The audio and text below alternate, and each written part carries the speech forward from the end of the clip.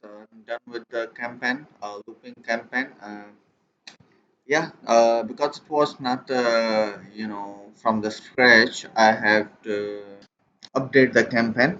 So that's why it's a little bit looks like a confusing, but it's really working perfectly fine. So let me explain it to you. So what's going to be happened? There are two entry points. One is based on a purchase. It will trigger from here, and another one is a looping from at the end of the supplies. It will loop from here, and this loop keeps going on for the product who has purchased this. So I have to create a bunch of looping tags for each of the product and quantity. So what is happening is one time it goes over here and it waits for the appropriate time inside this sequences, then go through the email sequence. They will finish these all six campaign emails. Then after that there is a decision diamond, so for the looping.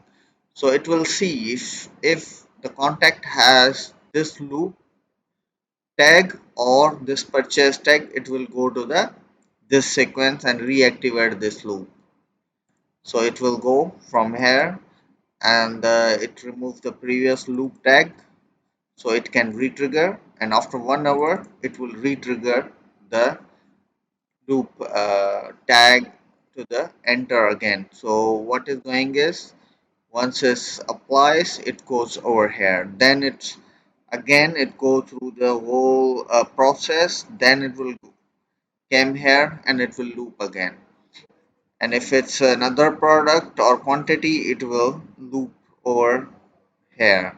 And if it's a different product, it will loop over here.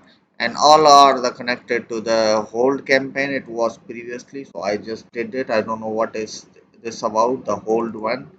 So I just let it be there, and of course opt out you can see over here. So this is all, and yeah, it seems like a little bit complex, but we cover almost three products and three variants of each product. So thank you so much. If you have any question, and let